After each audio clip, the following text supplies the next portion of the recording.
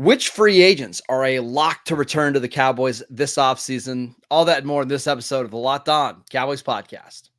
You are Locked On Cowboys, your daily Dallas Cowboys podcast.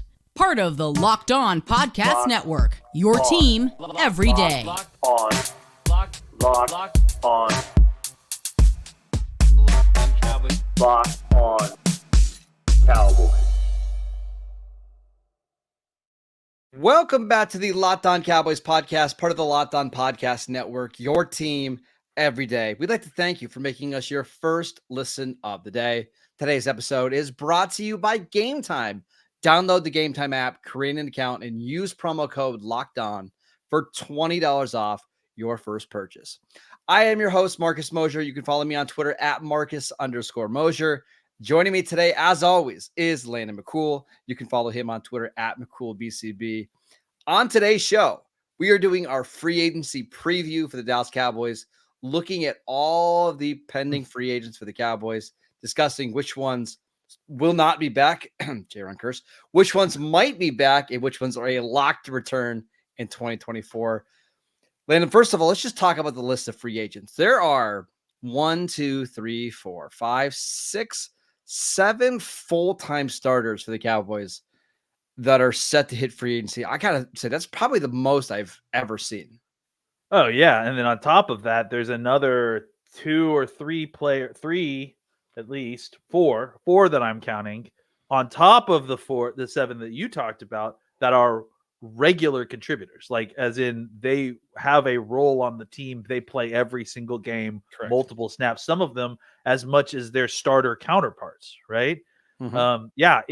I mean, not to be the dour so early in the morning, but this was kind of part of the big reason that the loss in the playoffs was so disappointing, is that the Cowboys had a lot of things kind of all rolled into last year. And there was going to be a lot of changes coming into this coming season. And obviously this free agent list kind of shows you why. And then on top of the list, obviously you're including them in your count, but on top of the list that we initially thought, right?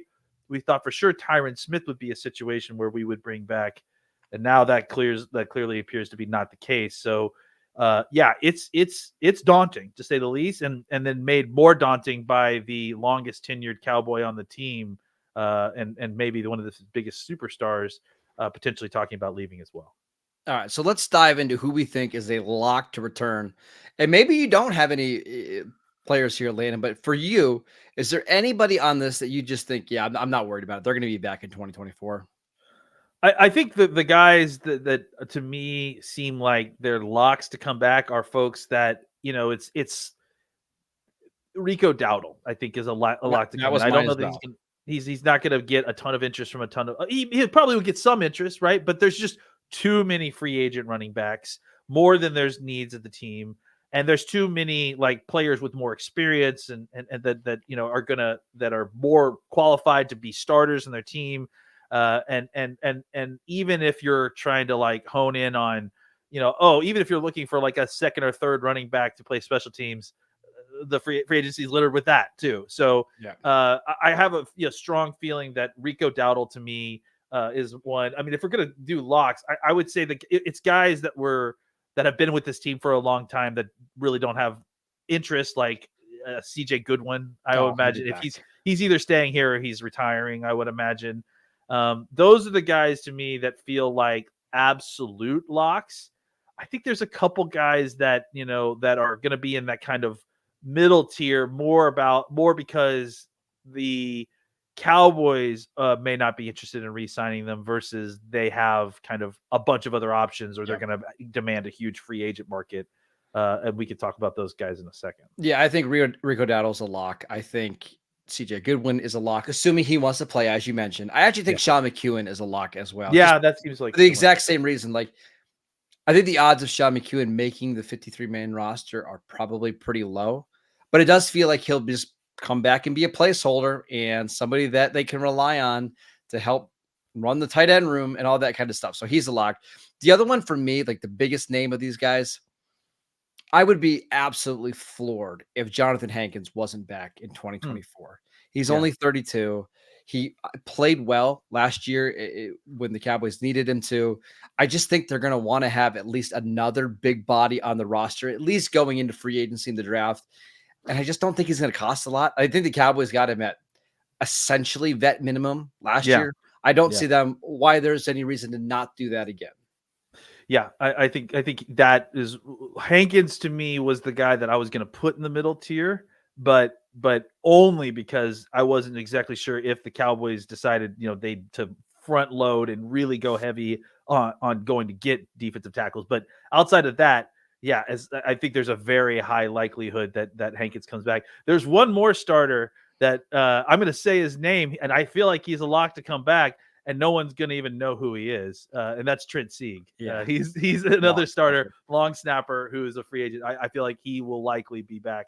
Not that anyone's keeping track of that sort of thing, but I imagine that he will be back. I will say that though. I mean, the Cowboys since they had the same long snapper for a decade plus, and never had to worry about that. And since then, they've gone through at least 2 other long snappers in the last 4 or 5 years. One of which was what might as well have been a private detective, Jake McQuaid.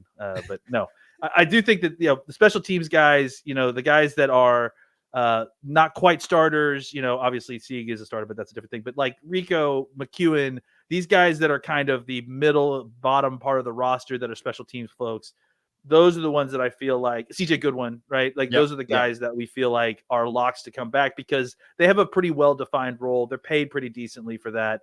And every team kind of has their version of those guys. So there's not going to be like a huge reach for free agent market for those guys. Correct. Just recapping, because it's very interesting. The names that we mentioned, Rico Dowdle, Sean McEwen, CJ Goodwin, if he comes back, and Trent Sieg. You're talking about a long snapper, a gunner, a 4th tight end, and maybe your 3rd running back. Yep. That tells you that the Cowboys are going to go into this free agency period, which starts on Monday, with a lot of holes on their roster, unless they do some magic over the weekend. Like it's pretty clear they're comfortable being uncomfortable right now. Yeah, and they should. I think in some ways, right? Like I think part of what we've talked about is that this team kind of needs to clean house a little bit at times. Unfortunately, they're going to kind of do their half in, half out method here, which is what they do. But at the very least, I mean, because of all the expiring contracts, there's going to be a lot of turnover on this team, whether they planned for it or not, frankly. Yeah, so let's talk. I mean, it's just a very bleak list of guys that we feel really good about coming back in 2024. But let's talk about the free agents that maybe the Cowboys are going to try to bring back. We're going to call this our segment, Baby Come Back. Players that the Cowboys want to have come back in 2024. We will get to it next. This episode is brought to you by eBay Motors. Passion, drive, and patience. It's what brings home the winning trophy, and it's also what keeps your ride or die alive. eBay Motors has everything you need to maintain your vehicle, level it up to peak performance, from superchargers, roof racks, exhaust kits, LED headlights, and more. Whether you're into speed, power, or style, eBay Motors has got you covered. And with over 122 million parts for your number one ride or die, you'll always find exactly what you're looking for. And with eBay Guaranteed Fit, your part is guaranteed to fit your ride every time, or your money back. Because with eBay Motors, you're burning rubber and not cash. With all the parts you need at the prices you want, it's easy to turn your car into the MVP and bring home that win. Keep your ride or die alive at ebaymotors.com. Eligible items only. Exclusions apply. eBay Guaranteed Fit only available to U.S. customers. This episode is brought to you by Gametime. You shouldn't have to worry when you're buying tickets to your next big event.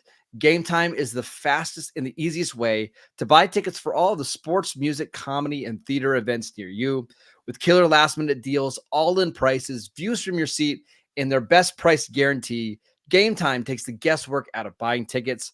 Gametime is the only ticketing app that gives you complete peace of mind with your purchase. See the view from your seat before you buy, so you know exactly what to expect when you arrive. All-in prices show your total upfront, so you know that you're getting a great deal before you check out. Buy tickets in seconds with just 2 taps. Take the guesswork out of buying tickets with Gametime. Download the Gametime app, create an account, and use promo code LOCKEDON for $20 off your first purchase. Terms apply. Again, create an account Redeem promo code Locked On for $20 off. Download Game Time today. Last minute tickets, lowest price guaranteed. Welcome back to the Locked On Cowboys podcast. We want to let you know that Locked On has launched the first ever national sports 24/7 streaming channel on YouTube. And now it's also available on Amazon Fire TV and the free Fire TV's channels app. Locked On Sports Today is here for you 24/7, covering the top sports stories of the day with the local experts of Locked On, plus our national shows covering every league. Find Locked On Sports Today now available on the free Fire TV channels app. All right, Landon, let's talk about some free agents that the Cowboys would like to bring back this offseason. Who do you got? Well, I think we start with Tony Pollard because I think it's an interesting one. There's actually reports coming out today that he might be willing to take a pay cut to come, which to come back to the Cowboys, which, I mean, he's probably going to take a pay cut regardless of where he goes at this point. I mean, with the way the market is going to be for him, likely.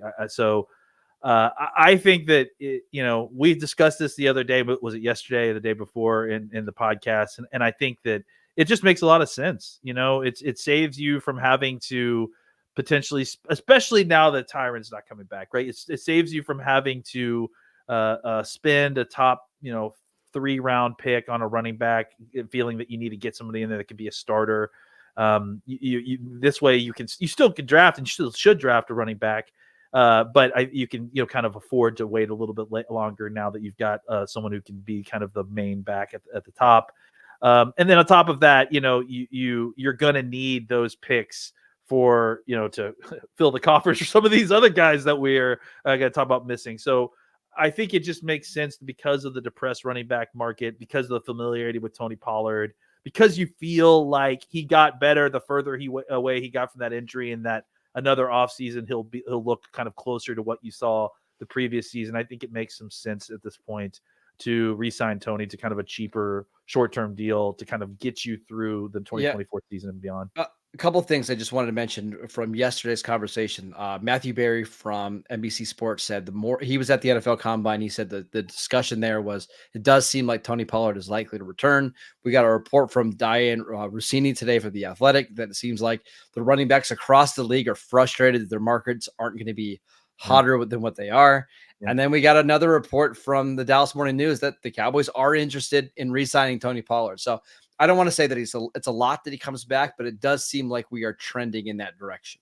Yeah, he was another one of these guys that, along with Hankins, I think that is at the top of this. Like, if we're going left to right, and this is the dead center, they are trending a little bit more towards the side of coming back. We just had to put them in here because we don't know all the specifics yet.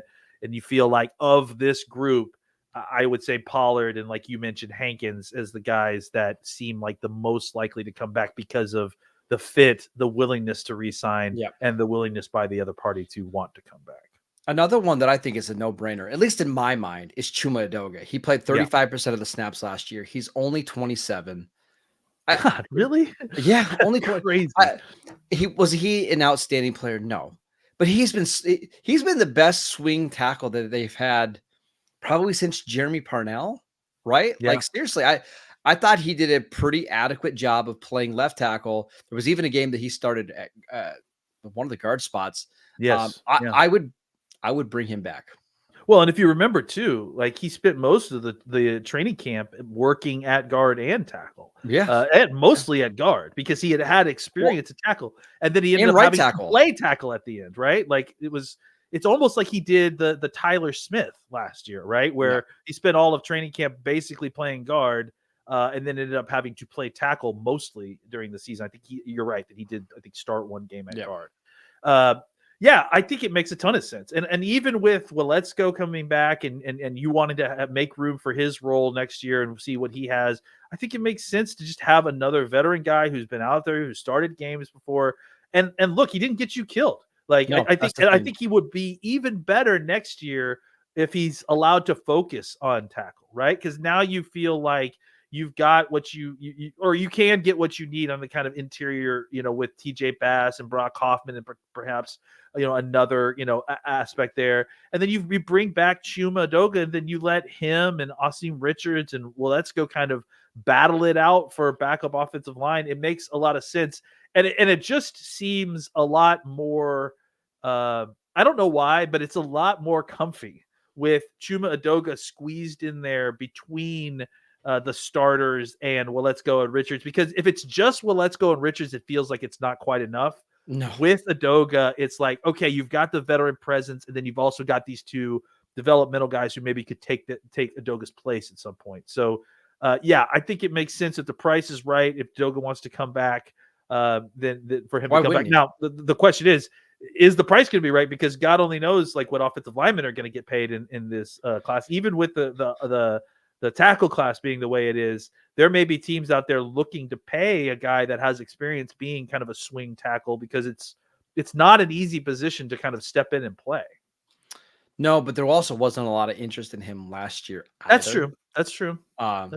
We'll see. I know there's a lot of other people out there that maybe just want the Cowboys to let Austin Richards and Waletzko develop into that spot and try to save a little bit of money. But for me, like the price of what it's going to cost to get Chuma Adoga, I'd rather just keep them all on the roster and figure it out. Let's get to some other ones. Jordan Lewis played 68% of the snaps last year. That's despite missing a good chunk at the beginning of the season. 29 years old. That's always a little scary when it comes to corners, but I do feel like the Cowboys would like to get him back, at least for a placeholder until the draft. Yeah, this one's tough for me, man, because you worry about corners when their athleticism drops off. I think that the counter to that argument is the guys that weren't so overly reliant on their athleticism up front. Maybe there's not as much of a drop off.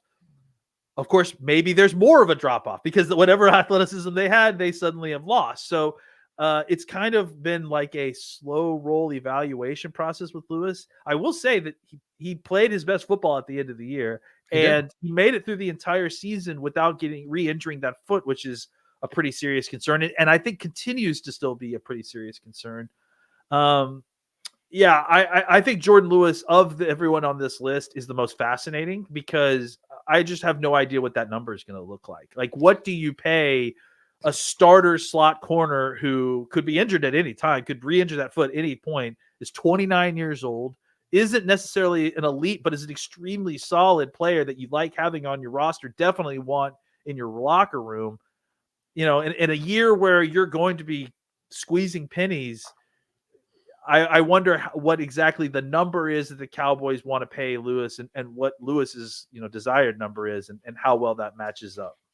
What's the number for you? Like, what's the number where you'd be like, "Yep, I'm in. Bring him back to Dallas." What did he make last year? Like $6 million? Was it something like that? Yeah. I think if it's similar to that, like I am still okay with it. I mean, I don't. I'll give you the number. It also depends on whether Gilmore is coming back, to be honest. That's the other thing that we'll probably have to discuss at some point, because I feel like if you're giving me a choice between the two, I'd probably take Gilmore. So Pro Football Focus, again, Brad Spielberger does absolutely outstanding work in projecting these deals. He's got Jordan Lewis at a 2-year, $6 million total, $3 million guaranteed. Yeah, I'd take that for sure. Yeah. Now, the flip side is could you potentially go out and get somebody who is younger to potentially fill that spot? Maybe, I don't know. I mean, I've been mentioning Adoree Jackson. It could play in the slot.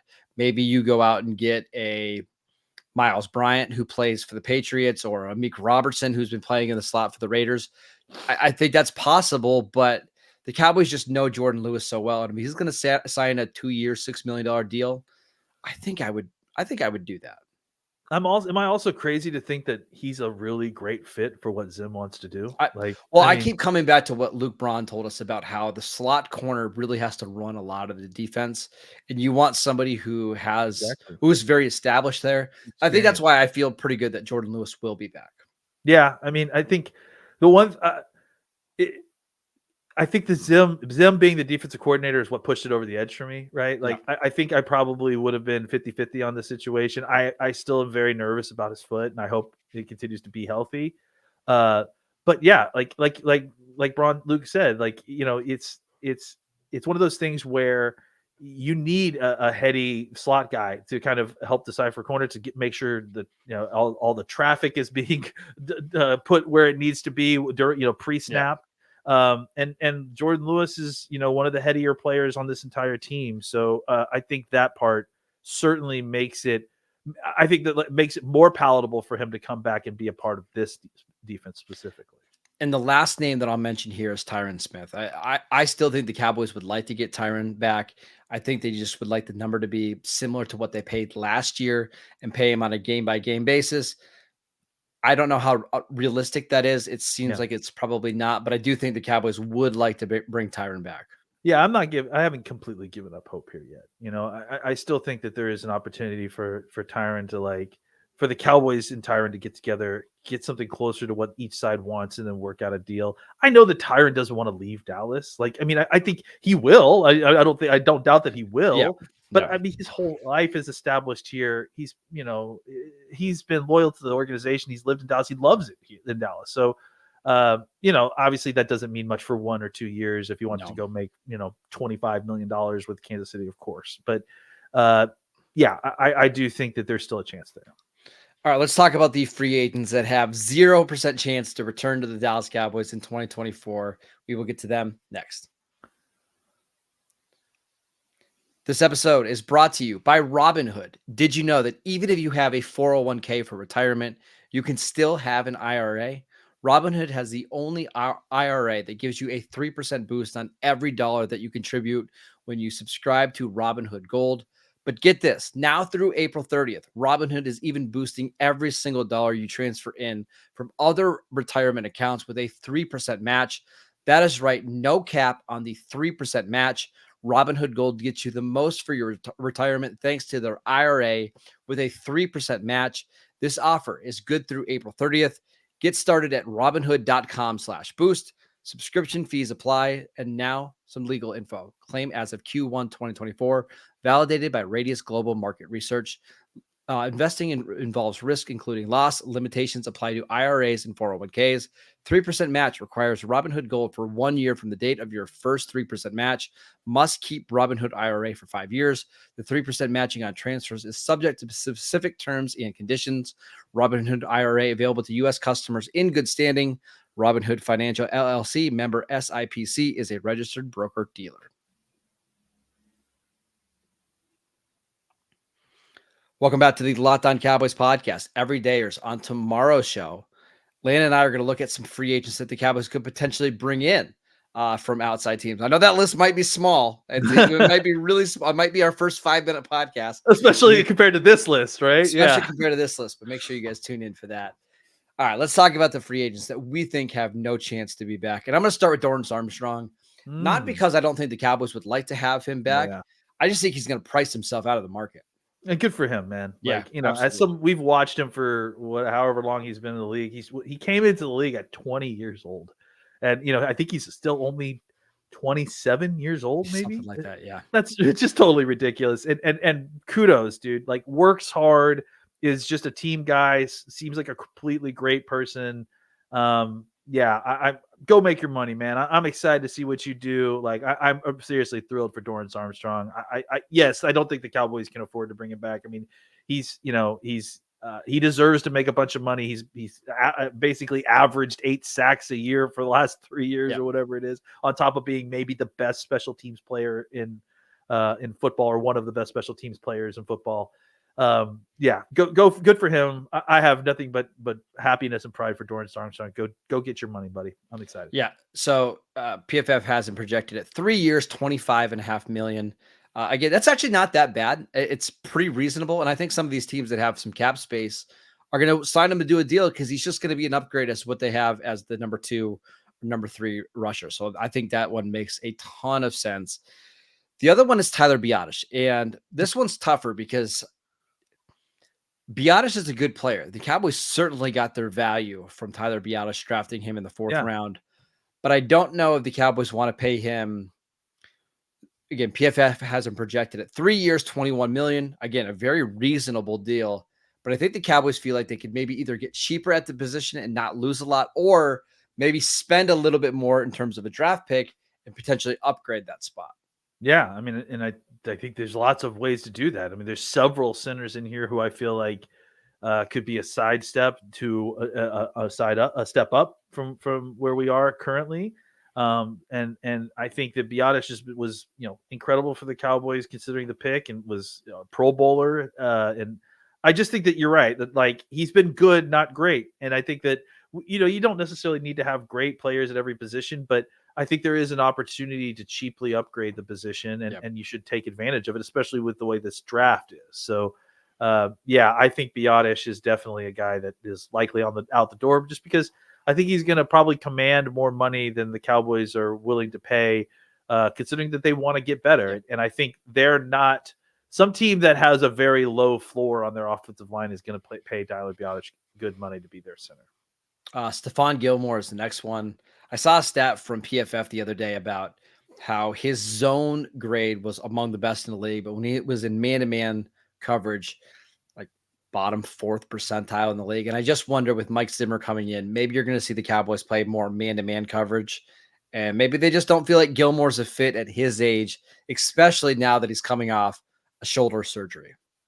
Yeah, I would like to see them try. I mean, I would same. I think he would be a good fit. And I mean, again, I think you saw what he did last year. It makes a lot of sense. I mean, I don't know what his number is going to be, but I certainly think he's, you can never have enough good corners. He wants to come back. I think it just makes sense. And he would be, again, another heady player in a defense that like thrives on having heady players. So, I would see what his number is. And honestly, I would make it a priority to bring him back because I don't think the number is going to be huge versus what the return is going to be. And you just simply can never have enough corners. And No. I think it's smart to kind of continue to hold on to the veteran guys who can still play. I would like to see them bring him back. And if they don't bring Gilmore back, I'd like to see them go after a veteran corner because I don't think you can have enough of these corners. Maybe you try to get somebody who's a little bit younger and maybe a little bit more of a reclamation project, but go out and get another NFL corner. So at least you have some depth going into the draft. A couple other ones. Dante Fowler just feels like he's going to be a Washington Commander, doesn't it? Along with J-Ron Curse. I was just going to say, like the fact that we haven't when we did this whole thing, I wanted to name this segment called the Cursed Group because J-Ron Curse there has never been anyone more gone than J-Ron Curse is gone. Like I was thinking about it. If J-Ron Curse resigns with the Cowboys, I think it will be the most surprising re-signing in Dallas Cowboys history. I was trying to think about other surprising re-signings. I can't Lyle think of anyone. Collins. What'd you say? Lyle Collins. Lyle Collins, maybe. Okay. Jalen Smith, when he signed his deal, was pretty surprising because I don't think we were expecting it, right? Yeah, I'm trying to think of re-signings though. Like Lyle coming back after this long was kind of shocking. That's probably. Oh, I see what you're saying. Like re-sign. Yeah. Okay. Yeah. I mean, Curse is famously left Minnesota because Zim was there, and I don't imagine that he's coming back to Dallas now that Zim's here. So there you go. I think that's Dante Fowler, J-Ron Curse, Tyler Biotish. We'll see on Stephon Gilmore.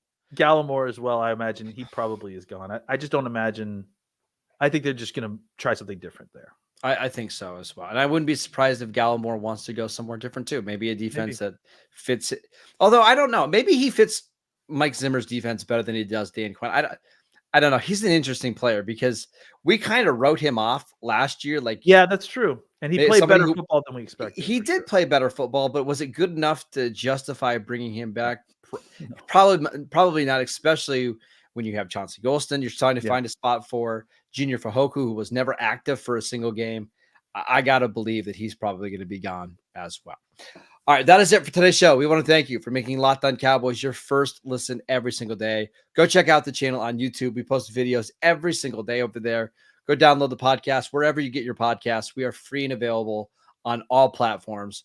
Go follow Landon on Twitter @McCoolBCB. I'm @Marcus_Mosier, and we will see you right back here tomorrow.